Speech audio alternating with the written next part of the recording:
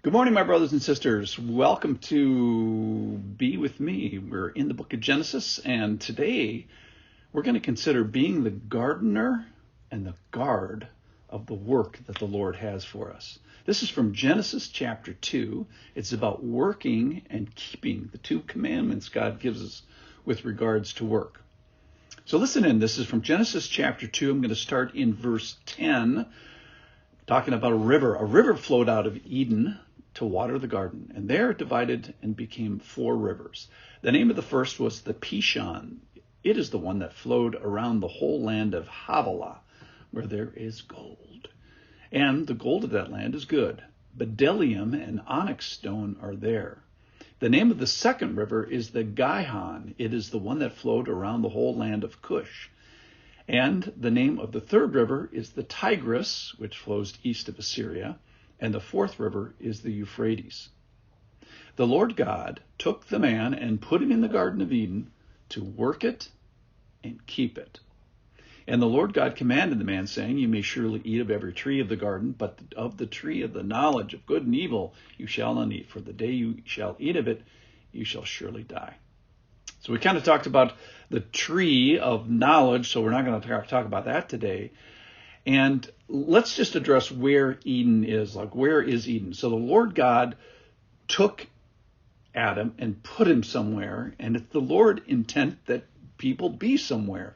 And that somewhere actually in Eden was where he is. So the Lord made Eden, yes, for man, but also for himself. He wants us to be there, and he wants us to be with him. So with regards to that specific locations, we don't exactly know where it is. It's hidden.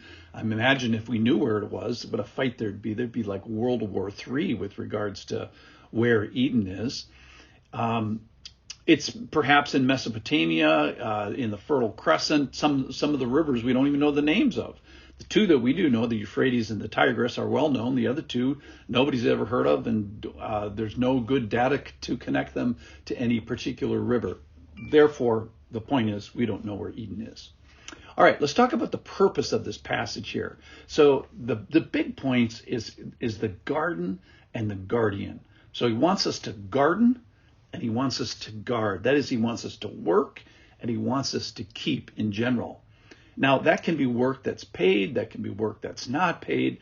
The point really is that we address the idea that there's beauty to work. There's this beautiful cycle of man where we come from the dust, we work in the dust, we garden our acre of dust, and then we keep the dust, and then eventually we return to dust. We're dust from beginning to end, but especially emphasizing today in the middle. So work returns us to our beginning, and all this whole time, this whole sequence is seen by God, and it's commissioned by God, and it's blessed by God. So let's remind ourselves that work is created and charged before the fall. It's a big point. Work is not a curse. Work is cursed, but work is not a curse. Work is a blessing. So work is not the result of sin. Work is this blessing. And it's commissioned and it's seen by God. Now, the curse, which we're going to get to in chapter 3, is there's going to be some upgrading of the sweat and labor of work. The ground's going to be harder. There's going to be some pain involved with it. There's going to be some thorns and thistles and sweat. That's what the curse is. So it just elevates the difficulty of work. I think here today of some of my retiring friends and how difficult retiring is for a lot of people. That is the specific act of leaving paid work and then kind of transitioning to unpaid service. Or maybe mothers might face this when their kids, they don't need their mothers quite as much. Either they go to school or certainly go off to college. It's this crisis is always centering around work, where it can be a crisis rather than like a refiring and repurposing and redefining, while maintaining the idea that work is a blessing, and work has a beauty, and work is a God-ordained activity that involves challenge and creativity. So if you feel a connection to work, you should celebrate that because it is very, very godly. All right, so man's role is as a gardener, which is to tend and prepare and subdue and cultivate something, and then the guardian part of it is to keep it. It's the same Hebrew words that are used for the people that go to work in the temple, which is serve there and also keep there, preserve it, protect it. It's the person that looks faithfully to the future. That's what work is. Work teaches faith, which is belief and reliance in the person of God before the promises of God are seen. So people that work the land are the best of this, farmers and gardeners, because you place seeds at one point and eventually you get to the point where something comes out of the ground, and there's this in-between time of absolute faith where you know you planted this and you hope you get that and you trust that it's going to work.